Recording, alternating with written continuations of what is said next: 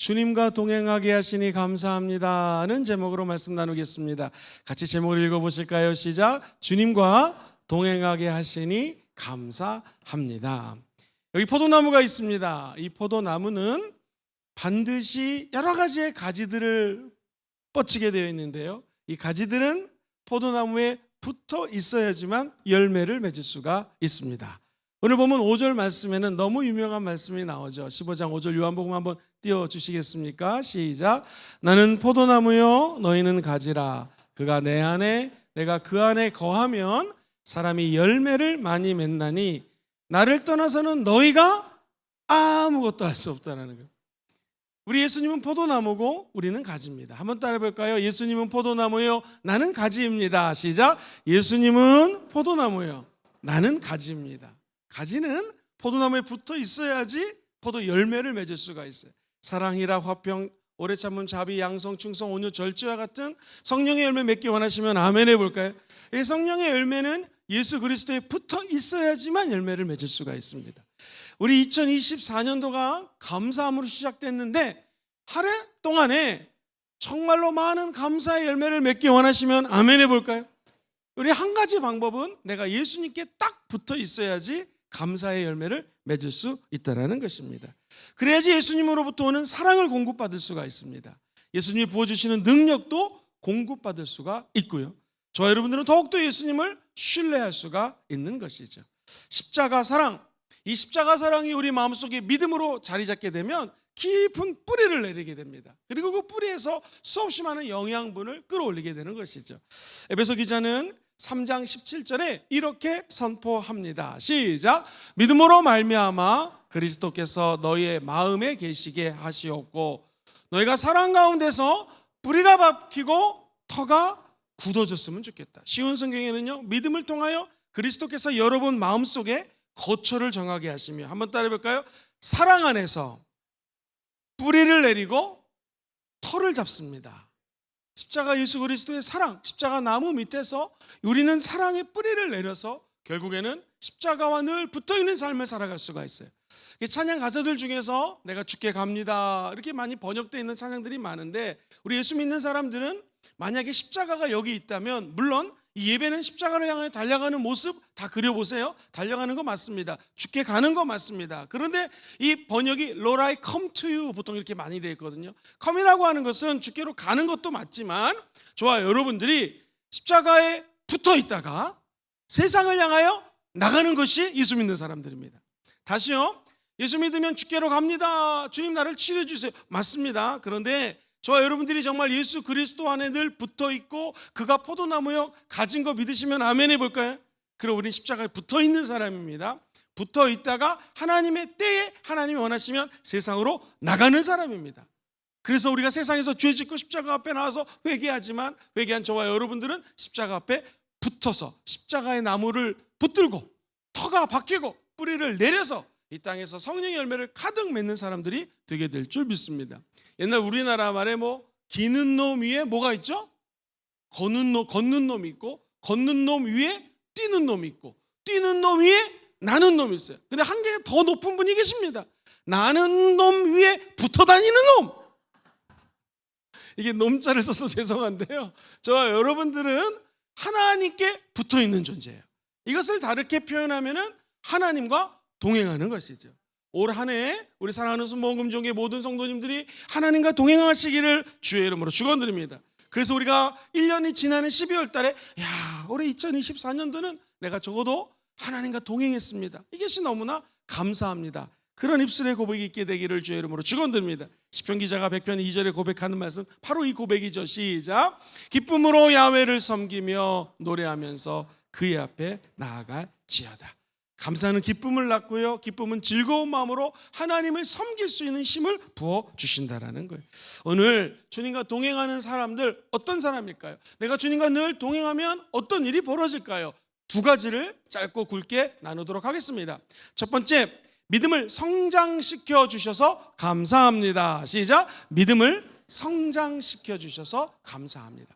주님과 동행을 하면 나타나는 열매가 있어요. 결과가 있는데 그것은 내 믿음이 만약에 이만큼이라면 이게 현재 내 믿음의 분량이거든요. 근데 이게 점점 믿음의 분량이 자라나는 거예요. 신기한 거는요, 감사하는 만큼 믿음이 자라납니다. 시작. 감사하는 만큼 믿음이 자라나요. 어떤 상황 속에서도 감사하면 나의 믿음이 점점 자라나는 거예요. 뿌리가 내리고 양분이 올라오는 것이죠.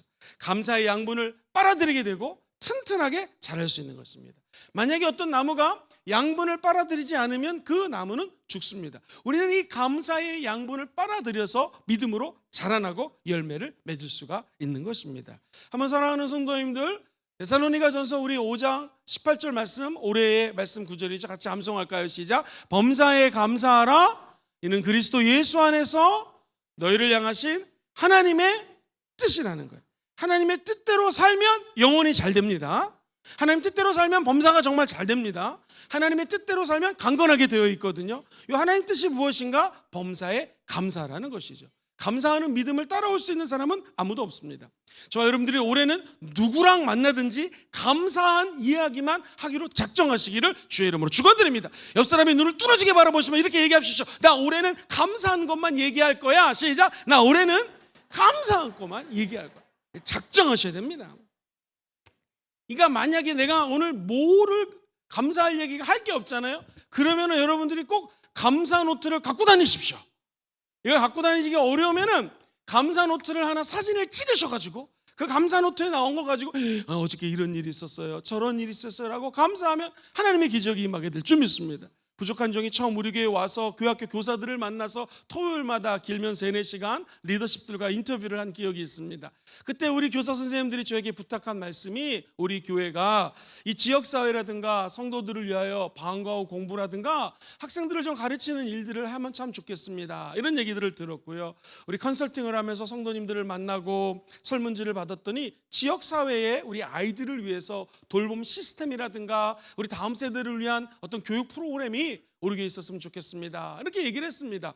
그래서 기도를 하는 것이에요. 계속 4년, 5년 동안. 만약에 우리 아이들을 돌보려면 뭐가 있어야 되죠? 선생님이 있어야 되잖아요. 영어 가르치려면 물론 한국 사람들 영어 잘하지만 외국 원어민이 와야죠. 일본어 마찬가지고 중국어도 마찬가지 아니겠습니까? 두 번째, 재정이 필요하고 인력과 재정과 장소가 필요한데 감사하게 장소는 유년부, 아동부 어느 정도 세팅이 되었고 오성 캠프 때 사용했던 테이블만 갖다 놓으면 이제 공부할 수 있는 학습 분위기는 어느 정도 만들 수가 있어요. 그런데 신기한 일은요, 감사함으로 기도하면 정말 기적이 일어납니다. 옆에 있는 총장님이 부산의 교육감을 만났는데 그 교육감님이 외대 총장님에게 아니 이 방과후 학교를 좀 외대에서 운영해 주면 좋겠습니다 라고 부탁을 했는데 외대 총장님이 그냥 뭐 우리가 초등학교 애들 가르칠 이유가 있겠습니까? 대학교인데. 그래서 그냥 흘려 넘었는데 갑자기 전화가 오셔가지고 이야기를 하는 거예요. 기도하다 보니 아이들을 모아서 방과후 수업을 우리 순복음 금종에서 맡아서 해주시면 좋겠습니다. 근데 저도 연구소에서 직원들을 이렇게 모셔봤고 섬겼기 때문에 알죠. 장소, 시간, 인력, 경상비 지출될 것들이 딱 떠오르니까 예, 정말 좋은 아이디어입니다 하면서 쭉 얘기를 하는데 이 부산에 있는 그 교육을 담당하는 분이 선생님을 만약에 모시면은 그 경비를 부산의 시에서 다 대준다고 했습니다. 할렐루야. 그러면 이제 그 원어민들이나 선생님들이 와야 되잖아요. 그 원어민은요, 여기 외대에 외국에서 온 학생들이 1,500명이 넘어요. 할렐루야. 이 대학생들이 내려와가지고 우리 교회에서 학생들을 가르치는 길이 열리게 되었다.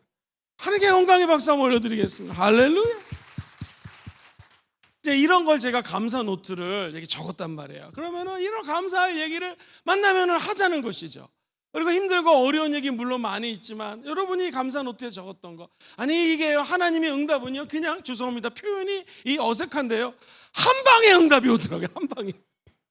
하나님은 살아계십니다. 우리가 감사함으로 기도하면 기적의 문이 열리는 것이죠.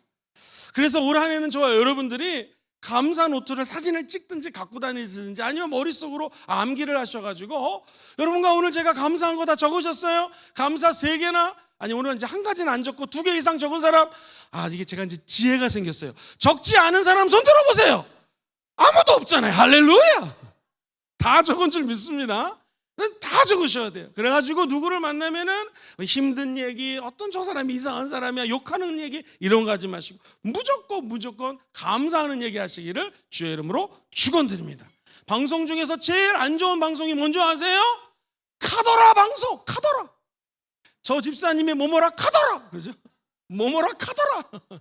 이거 방송 조심하셔야 됩니다. 항상 안 좋은 뉴스, 불만족적인 뉴스 이런 얘기를 하는 사람 조심하시고, 저와 여러분들은 적어도 순복음 금종교회 교인이라면 올해 감사하는 말 하시기를 주의 이름으로 축원드립니다. 집에 가시면 아내를 만나면 아내에게 감사한 얘기, 당신이 내 아내라서 감사합니다, 남편이라서 감사합니다, 그런 얘기가 낯간지러서 안 나오면 할렐루야 주님께 감사 이러시고 난 다음에 내 아내가 옆에 있어서 감사, 이 정도는 할 수 있지 않습니까? 정말 여러분과 제가 올 한 해는요, 이 감사함으로 하나님과 동행하시기를 주의 이름으로 축원드립니다. 사람도요, 어떤 사람이 쫙 귀를 돌아가지고 김영근 목사님의 설교할 때 은혜를 받았습니다 라든가 저에 대한 좋은 얘기를 누가 했다고 하면 제가 그분을 보면 반갑습니다. 근데 그럴 일은 없지만 어떤 사람이 저에게 뒤에서 욕을 했다고 하면은요, 그 사람을 만나면 이상하게 할렐루야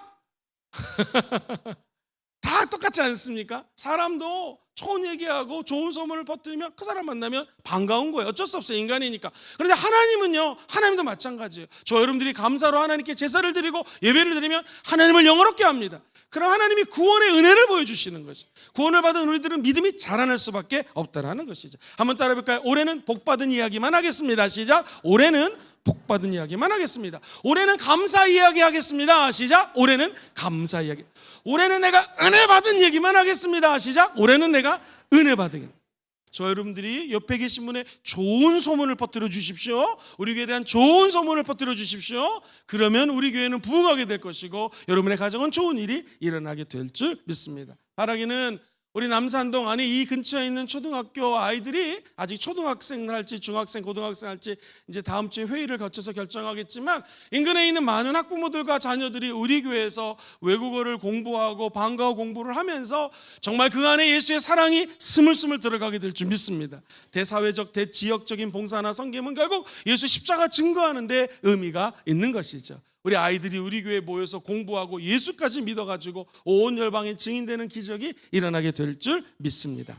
믿음이 성장되면 자라가지고 언젠가는 저와 여러분들이 이 땅에서 사명을 마치면 하나님 부르십니다. 한번 따라해볼까요? 사람은 사명이 끝날 때까지는 죽지 않습니다. 시작. 사람은 사명이 끝날 때까지는 죽지 않아요. 그때 사명을 마칠 때 저와 여러분들의 고백이 무엇이어야 될까? 저는 하나 얘기를 좀 드리기를 원합니다. 이 영락교회, 한국교회를 대표하는 큰 교회죠. 정말로 온몸을 바쳐서 영락교회를 섬겼던 한경직 목사님이십니다. 젊은이들을 위해서는 교육사업 하셨고, 가난하고 헐벗은 이웃을 위해서는 선한 사마리안보다도 더 큰 사랑을 베풀었던 귀한 목사님. 이 목사님이 원체 목회를 잘하니까 많은 출판사에서 책을 내자고 했을 때 한경직 목사님 거절하셨습니다. 내가 한 게 뭐가 있습니까? 나의 자랑할 것은 하나도 없습니다 하면서 책을 사실 안 내셨어요. 근데 이분이 80세에 은퇴하시고 외손녀들 불립니다. 그리고 외손녀가 결혼해서 남편이 있으니까 그 부부를 앉혀놓고 내가 이제 80평생을 살고 이제 사명을 다하면 곧 천국을 갈 텐데 마지막으로 남기고 싶은 이야기를 좀 책으로 적어야겠다 하면서 그 외손자 그 남편과 아내가 목사님이 하시는 말씀을 받아 적었습니다. 내가 마지막으로 하고 싶은 얘기 한번 제가 읽어드릴게, 들어보세요. 책이 나왔는데 제목이 나의 감사라는 책입니다. 읽어드리겠습니다. 그 안에 나온 얘기를. 나의 일생을 한마디로 표현한다면 무엇일까 생각하다가 떠오른 말이 감사였다.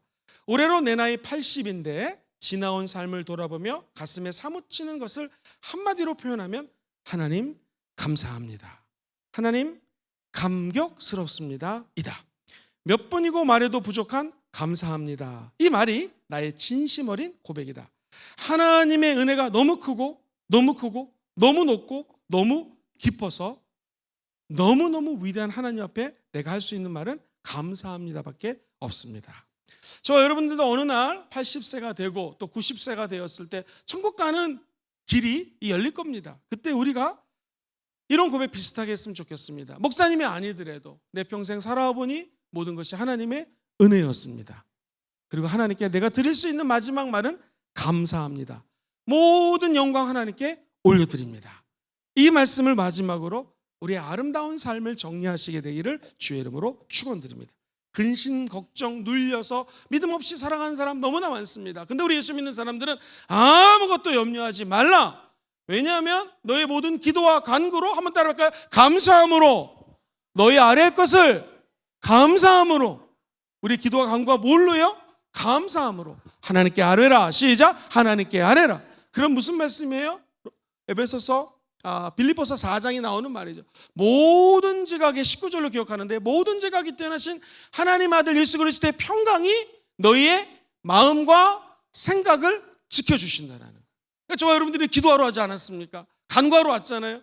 오늘 이 메시지가 10번째 메시지인데요. 혹시 바빠서 못 들으신 분들은 지난 것과 유튜브로 한번 들어보시고요. 저와 여러분들의 고백이 뭐냐면, 내 기도할 거 많고 간구할 거 많은데 감사함으로 간구하겠습니다. 그러면 모든 지각이 뛰어나신 그리스도의 놀라운 평강이 저와 여러분의 마음과 생각을 지켜주셔서 올 한해는 정말 감사하는 한 해가 되게 될 줄 믿습니다. 이처럼 하나님과 동행한다고 하는 것은 내 믿음이 자라나게 되고 성장하면서 결국 감사로 내 인생이 끝나는 역사가 일어나게 될 줄 믿습니다. 두 번째입니다. 한번 따라해 볼까요? 말씀으로 동행하게 하시니 감사합니다. 시작. 말씀으로 동행하게 하시니 감사합니다. 주님과 동행하는 그 자체가 감사한데, 우리가 주님과 말씀으로 동행한다고 하는 것은 여러 가지로 말씀을 드릴 수 있겠지만, 저는 이런 각도로 좀 말씀을 드리고 싶어요. 예배거든요. 예배. 결국 지성소라든가 구약에서 성막에서 얘기하는 게 뭐냐면 하나님의 말씀이에요. 우리 인간이 죄를 졌는데 하나님의 언약, 하나님의 말씀, 너희들의 모든 죄를 용서해 준다라는 것이죠. 그것이 the altar, 제단에서 하는 일이요. 그 앞에 물두멍이 있는데 여기서 우리가 모든 죄를 씻을 수 있고, 내 깨끗이 씻긴 것을 놋 그릇에서 내 얼굴에 무슨 피가 묻었나 안 묻었나 볼 수 있는 것처럼 관약하게 볼 수 있는 것이 바로 하나님의 은혜라는 것이고요. 이것은 하나님의 언약 같고 하나님이 약속하신 말씀이 이루어졌다는 것이죠. 드디어 성소에 들어가면은요, 늘 말씀드리지만 왼편에는 7개의 촛불이 이렇게 타오릅니다. 하나, 둘, 셋, 넷, 다여, 7. 가운데만 기름을 붓습니다. 예수 그리스도를 상징하죠. 기름 부으신 자, 그리스도, the anointed one, 크라이스트, 다 똑같은 말이거든요. 그리스도에게 붙어 있으면 기름 부으심이 넘쳐서 성령의 빛을 발할 수 있다는 거예요. 그래서 빛과 소금의 역할을 감당할 수 있는 능력이 하나님의 언약 속에 담겨져 있는 것이요. 여기에는 12개, 6개 합치면 12개의 진설병, 떡이죠. 떡은 하나님의 말씀이에요. 사람이 떡으로만 살 것이 아니라 하나님의 말씀으로 산다고 얘기했던 것처럼 결국 하나님의 말씀이요. 그리고 여기에 감사를 상징하는 이 분향단이 24시간 타야 됩니다. 그러지 않으면 이 앞에 있는 소가죽으로, 어떤 학자는 6cm, 어떤 학자는 12cm, 어쨌든 한 이 정도 두께 되는 소가죽에 이 커튼이 있어요. 커튼. 그걸 갖다가 휘막이라고 그러죠. 또는 휘장이라고 얘기를 합니다. 이게 찢어져야지, 갈라져야지 지성소에 들어갈 수가 있는데, 이것을 예수 십자가의 말씀, 그리고 깨끗게 해주신 하나님의 언약, 성령의 기름 부으심과 성령의 우리 레마의 말씀, 하나님의 말씀, 그리고 따라갈까요? 감사를 통하여 휘막이 제껴지고 우리는 지성소에 들어갈 수가 있는 것이죠. 그러니까 결국에는 이 성막에서 이야기하는 것도 예배인데요. 예배는 예수의 보혈을 힘입어 성령의 능력을 힘입어 말씀을 통하여 예배를 드리는 것이죠. 그러니까 말씀으로 동행한다는 것은 예배를 의미합니다. 구약의 제사는 신약의 예배예요. 그래서 우리가 어찌됐든 성막을 통하여 제사를 지냈다, 성소에서 제사를 지냈다, 이 말은 오늘날로 예배를 드리는 것입니다.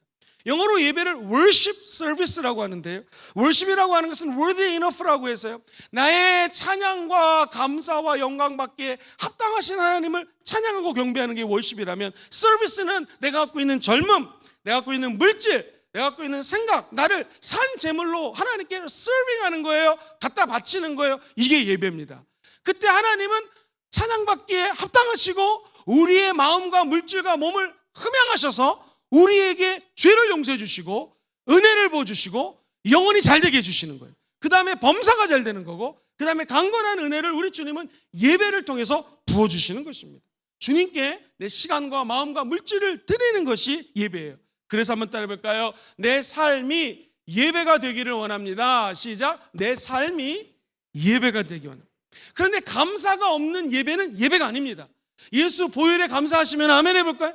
우리 죄가 씻겨진 거 믿으시면 아멘 해볼까요? 이 자체만으로도 엄청난 감사죠. 우리같이 부족하고 연약한 자에게 방언을 주시고 성령이 임재하시고 어렵고 힘들 때마다 성령이 우리의 손을 붙들고 가시는 거 믿으시면 아멘 해볼까요? 그 자체 감사 아니겠습니까? 내가 어떻게 할지 모를 때 하나님께서 아이디어를 주시고 레마를 주시고 말씀을 주셔서 기적을 베풀어 주신 하나님의 말씀, 이거 감사하신 분들은 아멘 해볼까요? 이게 말씀과 동행하는 거예요. 이 자체, 예배 자체가 감사인데 감사가 없이 어찌 예배를 드리고 감사가 없이 어찌 하나님께 영광을 올려드리기가 있겠습니까? 저와 여러분들이 적어도 예배를 나올 때는요, 투덜투덜 불평과 불만이 아닌 하나님을 만나고 하나님을 찬양하는 마음으로 이 지성소를 찾으신다면 저는 2024년을 예언해 드릴 수가 있습니다. 말씀과 동행하게 될 것이고 감사가 넘쳐나게 될 것입니다. 감사가 없이는 예배를 드릴 수가 없어요. 여러분, 북한 땅, 저는 아직 가보지 않았지만 늘 기도는 하고 있습니다. 원래 이 북한 땅에는요 3,500개의 교회가 있었어요. 특별히 우리가 잘 아는 평양에는요 하나님의 영광과 동양의 예루살렘이라고 하는 기적이 있었던 장소입니다. 장대현 교회에 1907년도 성령의 불이 떨어졌고요, 부흥의 불길이 당겨졌던 것이 바로 남한이 아닙니다. 북한 땅입니다. 근데 오늘날 북한에는 교회가 딱 2개가 있습니다. 첫 번째 봉수교회 450석 정도입니다. 한번 예배드리면 500명이 채 예배를 드리기가 어려워요. 칠곡교회 150석 정도입니다. 다 모여봤자 1000명이 예배드리지 않아요. 우리 교회 성도들만큼도 모일 수가 없는 그런 상황입니다. 모르겠습니다. 언더그라운드 처치라고 불리는 지하교회가 있다고 하는데 과연 몇 교회고 아직까지 우리 성도들이 얼마만큼 믿음 지키는지는 몰라요. 많다고는 하는데 극동방송이나 이런 거를 많은 분들이 듣고 있다고 하는데 어느 정도인지는 알 수가 없습니다. 그렇다면 저 얼어붙은 북한 땅과 우리나라를 비교해 본다면 우리는 언제든지 말씀을 들을 수 있는 것이 큰 복 중에 복인 줄 믿습니다. 예배, 말씀, 이것이 우리를 하나님이 포도나무라면 우리가 가지가 되어서 말씀으로 주님께 붙어 있을 수 있다는 거예요. 오늘 본문 요한복음 15장 7절 준비하세요. 그러니까 하나님은요, 너희들이 내 안에 거하고 내 말이 너희 안에 거해야지 무엇이든지 원하는 대로 구하라. 기도죠. 그러면 이루리라. 이 응답이죠. 기도와 응답. 이거 하기 원하시면, 기도하고 응답받기 원하시면 아멘 해볼까요? 7절 말씀을 예의 주시해서 읽어보세요. 다 같이 시작.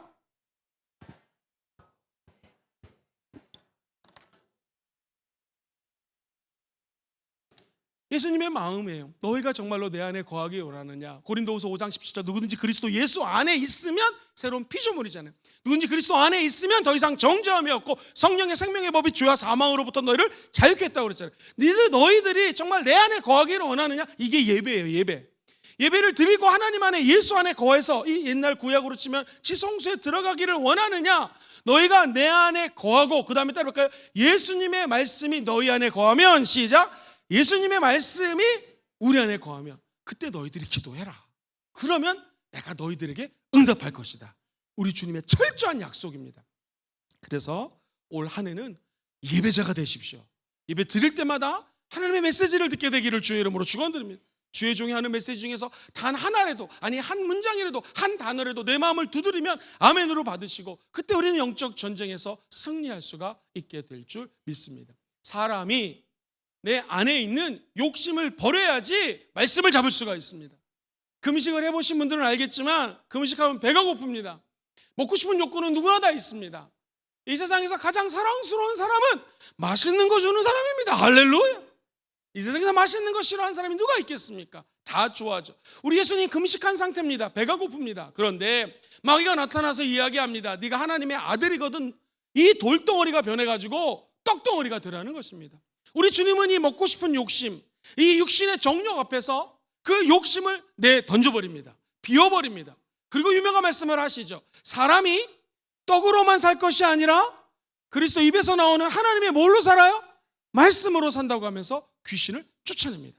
여러분과 제가 만약 예수님이라고 가정해 보겠습니다. 마귀가 와서 의심을 줍니다. 너 정말 하나님의 아들이냐? 영어로는 조건절을 철저하게 씁니다. If you are the son of God. 네가 진짜 하나님의 조건이죠, 아들이냐라고 조건절로 물어보는 거예요. 그러면서 이 돌덩어리가 변해서 떡덩어리가 되게 하라. 우리 예수님이 할 수 있죠. 근데 우리 주님은 이 유혹을 말씀으로 무찌릅니다. 이 말씀은 마태복음 4장 4절에 나오는데 예수께서 대파 이르시되 기록되었을 때 사람이 떡으로만 살 것이 아니요 하나님에서 나오는 모든 말씀으로 살, 이렇게 말씀을 하셨는데, 이 말은 원래 이 마태복음 4장 4절이 기록되지 않은 신명기의 말씀이 우리 예수 그리스도의 영혼 속에 아로새겨져 있었기 때문에 마귀가 유혹할 때 이 욕심을 물리칠 수 있는 말씀과 연결되는 힘이 우리 예수님이 있었다는 거예요. 신명기 8장 3절에 보면 이런 말씀이 나옵니다. 너희를 낮추시며 너희를 줄이게 하시며 또 너로 알지 못하던 네 조상들도 알지 못하던 만나를 너에게 먹이신 것은, 시작, 사람이 떡으로만 사는 것이 아니요 야훼 입에서 나오는 모든 말씀으로 사는 줄을 네가 알려하게 하느니라. 이 신명기 8장 말씀이 우리 예수님에게 욕심을 던져버리게 했고, 욕심을 먹는 것을 포기하게 했고, 말씀을 잡을 수 있도록 은혜를 베풀어 주셨다는 거예요. 생명을 잡을 수 있도록 말씀이 우리 예수님을 붙들어 줬다는 거예요. 우리 예수님을 높은 곳에 데리고 올라가서 떨어지라고 얘기합니다. 성전 모퉁이, 학자들마다 남서쪽에 위치한 성전 모퉁이에서 떨어지라고 마귀가 유혹합니다. 심지어 시편 91편 11절과 12절에 보면은 이 하늘에서 하나님의 사람이 떨어질 때 사자, 우리말로 하면 천사들이 나타나가지고 예수님을 잡아줄 거다라고 하면서 마귀가 예수님이 말씀을 가지고 마귀를 무찌르니까 이 마귀가 또 말씀을 가지고 예수님을 시험하는 거예요. 그때 우리 주님이 유명한 말씀을 하죠. 마태복음 4장 7절 같이 읽어봐요. 시작. 예수께서 이르시되 또 기록되었으되 주 너의 하나님을 시험하지 말라 하였느니라 하시니, 하나님 시험하지 말라 했을 때 마귀가 순간적으로 떠나갑니다. 그럼 이 말은 우리 주님이 지어서 한 말일까요? 아닙니다. 역시 신명기 6장 16절 말씀이 우리 예수님을 붙들어 준 거예요. 시작. 너희가 마사에서 시험한 것 같이 너희 하나님 야훼를 시험하지 말아라. 이 말씀이 우리 주님 영혼에 있었던 것이죠. 여러분, 위에서 떨어졌을 때 많은 사람들이 정말 천사가 나타나서 예수님을 잡으면 예수 하면서 얼마나 큰 명예가 되겠습니까? 명예롭겠죠. 영화롭겠죠. 주님은 이 명예의 욕을 던져 버릴 수 있었던 힘이 하나님이 주시는 말씀이었어요. 신명기 6장 16절이 우리 주님 안에 있었기 때문에 우리 예수님도 말씀 안에 거했고, 예수 그리스도가 말씀 안에 거했기 때문에 마귀가 한 길로 왔다 7길로 떠나갈 수가 있었고, 기도하는 내용이 응답받을 수 있었던 것입니다. 마귀는 이제 마지막 전략을 꾸밉니다. 그것은 뭐냐면 육신의 정욕, 안목의 정욕 가지고 안 되니까 보기 좋은 거잖아요. 떨어지면 잡는 거, 이걸 안목의 정욕이라 한다면 이제 마지막 가장 강력한 무기를 가지고 마귀가 쳐들어옵니다. 그것이 무엇이었습니까? 바로 이생의 자랑이에요.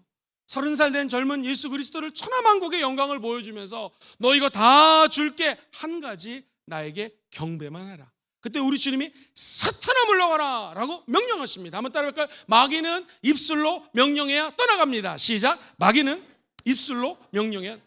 근데 그 입술로 명령하는 것이 우리 말이 아니라 하나님의 말씀으로 명령할 때 마귀가 떠나가는 것입니다. 마태복음 4장 10절 사탄아 물러가라 기록되었으되, 밑에서 두 번째 줄 시작. 주 너희 하나님께 경배하고 다만 그를 섬기라 하니. 이때 마귀가 떠나갑니다. 그럼 이 말은 우리 주님이 지어서 한 말일까요? 예수님이 주님을 시험하지 말아라, 너 주님만 경배해라, 하나님만 찬양해라, 하나님만 높여라, 그를 섬기라? 아닙니다. 신명기 6장 13절 같이 한번 읽어볼게요. 시작. 네 하나님 야훼를 경외하며 그를 섬기며 그의 이름으로 맹세할 것이니라. 할렐루야. 우리 주님이 이렇게 해서 마귀를 쫓아냅니다. 마귀는 하나님의 말씀 앞에 무너지는 것이죠. 저 여러분들이 육신의 정욕, 안목의 정욕, 이생의 자랑을 물리칠 수 있는 유일한 방법은 하나님의 말씀이에요. 그래서 그걸 다르게 표현하면 말씀으로 하나님 우리를 동행해 주시는 거예요. 그 말씀으로 승리케 해주시는 것입니다. 그래서 꼭 여기 감사노트에 적혀져 있는 만큼의 분량이라도 꼭 읽으시고, 구약과 신약을 일부러 같이 섞어놨으니까요, 꼭 읽으시고 올 한 해는요 저와 여러분들의 영혼 속에 말씀이 넘쳐서 마귀가 유혹할 때 말씀으로 승리할지어다. 우리가 말씀 안에 거하고 말씀이 내 안에 거해서 기도하는 것들마다 다 응답받으시게 되기를 주의 이름으로 축원드립니다. 성경에 보면 천사들이 나타나가지고 우리 예수님을 수종들더라. 그리고 마귀는 떠나가 버렸습니다. 그리고 드디어 우리 예수님은 천국에 대한 복음 메시지를 증거하기 시작합니다. 저 여러분들의 감사는 기도 응답입니다. 할렐루야. 근데 조건이 있어요. 주님 말씀 안에 거하면 무엇이든지 너희가 원하는 대로 구하라. 그럼 우리 주님이 역사해 주신다고 말씀합니다. 꼭 기억하셔서 말씀과 동행하시는 것이 주님과 동행하시는 것인 걸 기억하시기를 주의 이름으로 축원드립니다. 목사님, 그 말씀과 동행하는 것을 좀 설명해 주겠습니까? 예. 시편에 보면은 이 말씀과 동행하는 것을 너무 기가 막히게 잘 표현했어요. 시편 1장 1편이죠. 1절부터 3절까지만 같이 천천히 읽어볼게요. 먼저 1절 시작. 복 있는 사람은 죄인들의 길에 서지 아니하며 오만한 자들의 자리에 앉지 아니하고 오직 야훼의 뭐를 즐거워해요? 율법, 하나님의 말씀이에요. 오늘로 치면 성경 말씀을 즐거워하여 그 하나님의 말씀은 주야는 day and night, 낮과 밤, 즉 24시간이라고 표현해도 좋고요, 시간마다 순간마다 때마다 하나님의 말씀을 주야로 뭐 한다는 거예요? 묵상한다는 거죠. 대부분의 영어 성경과 히브리 말로는 meditation이라는 단어를 씁니다. 이 말은 우리가 소가 위가 4개가 있다고 그랬죠. 저는 이제 소를 잘 모르는데 소는 위가 4개가 있다고 합니다. 옛날 시골에서 자란 분들은 잘 알 거예요. 그럼 이 소가요, 여물을 먹으면 이 마음속에 첫 번째 위로 들어갔다가 이거 다시 끌어내서 또 씹습니다. 두 번째 위로 들어가고 또 다시 씹고 되씹고 들어가고 네 번째까지 위로 거친다라는 거예요. 위가 4개라는 것이죠. 이게 바로 메디테이션입니다. 하나님의 말씀을 먹고 또 먹고 묵상하고 또 소화시키고 내 것으로 완전히 소화시키는 것이 묵상이에요. 복 있는 사람은 하나님의 말씀을 주야로 먹고 또 소화시키고 또 먹고 또 먹는다라는 거예요. 자, 그러면 어떤 일이 벌어지는가? 3절 시작. 그는 시냇가에 심은 나무가 철을 따라 열매를 맺으며 그 잎사귀가 마르지 아니함 같으니 그가 하는 모든 일이 다 어떻게 해요? 형통함. 말씀이 있어야지 너희가 원하는 대로 구하라 응답한다고 그랬고, 말씀이 있어야지 시절을 쫓아 열매를 맺는 시냇가에 심기운 나무가 되어서 하는 일이 다 형통하게 된다는 거예요. 저는 우리 사랑하는 성도님들을 축복합니다. 올해는 저 여러분들의 범사가 형통할지어다. 이 세상이 생각하는 그냥 어떤 축복의 개념만, 복을 받는다, 돈을 번다 이런 개념이 아니에요.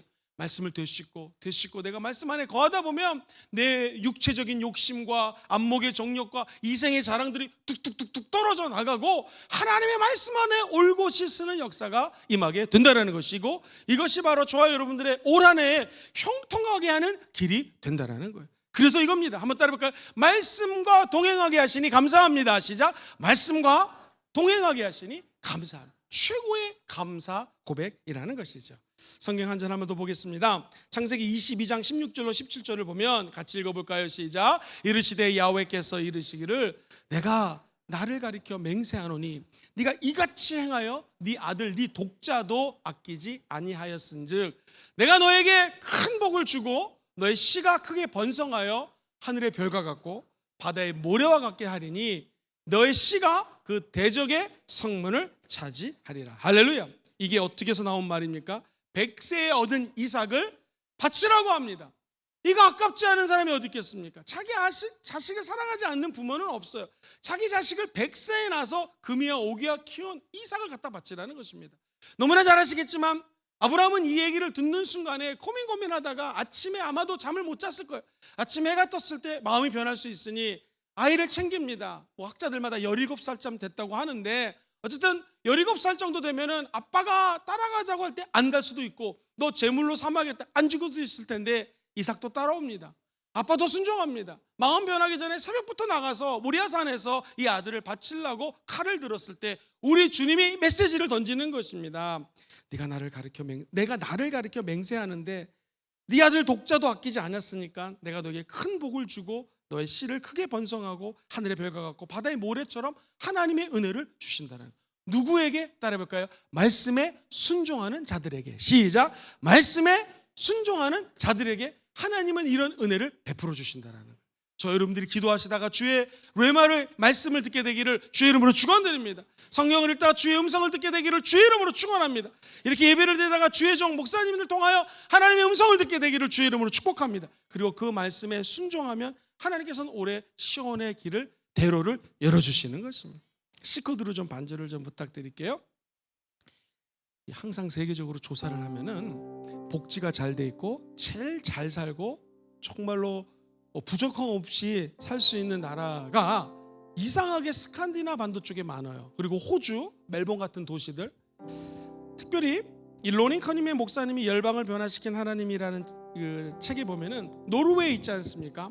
이 나라가 아주 재밌는 나라예요. 200년 전만 해도 무지무지 가난했습니다. 200년 전 노르웨이는 수많은 사람들이 길에 쓰러져 가지고 죽어갔고요. 200년 전에 대부분의 국민들이 아예 글을 읽을 줄가 글을 못 읽었습니다. 그리고 학교가 부족해서 아예 교육받기는 어렵고요. 200년 전에 대학은 하나도 없었습니다. 그리고 여행의 자유가 없어가지고 우리 경상도에서 전라도 가려면 정부로부터 허락을 받아야지만 여행을 갈 수가 있었어요. 그런데 여기 왜 노르웨이가 복을 받아가지고 지금 세계적인 복지국가가 되었고 선진국이 되었는가 한번 들어보십시오. 말씀을 묵상하는 한 사람이 있었습니다. 바로 한스 닐센이라고 하는 분이 있었는데 이분은 농부의 아들로 태어났습니다. 오늘날로 치면 흙수저죠. 학교 교육을 아예 받지 못했습니다. 그 당시 평범한 청년이었어요. 근데 하루는 성경을 읽기 위해서 누가 성경을 읽어보면 글도 배울 수 있고 재밌다고 하니까 성경을 갖다 놓고 읽어야 되는데 글을 모르잖아요. 그래서 성경을 읽기 위해서 글을 배웁니다. 그리고 그가 성경을 읽다가 완전 변합니다. 그리고 하나님의 말씀을 읽다가 주의 음성을 들읍니다. 이게 하나님의 말씀인데 너는 이것을 사람들에게 가르쳐라.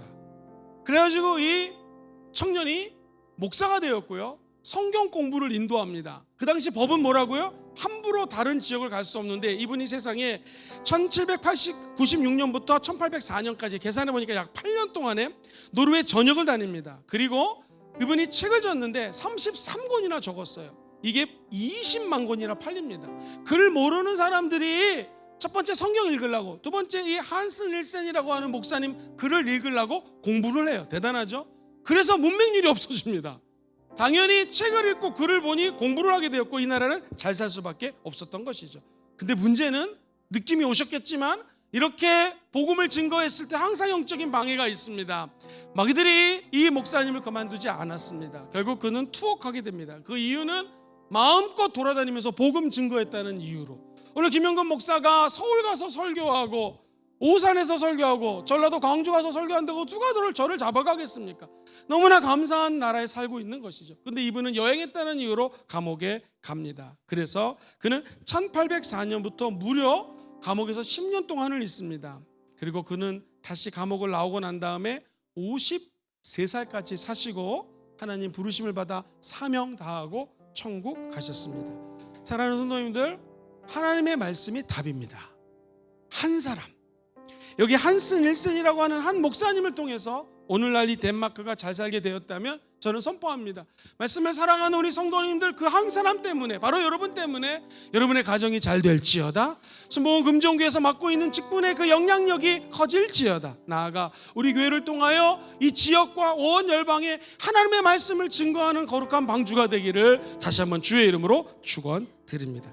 계시록 말씀 읽고 말씀 정리하겠습니다. 요한계시록 1장 3절 천천히 시작.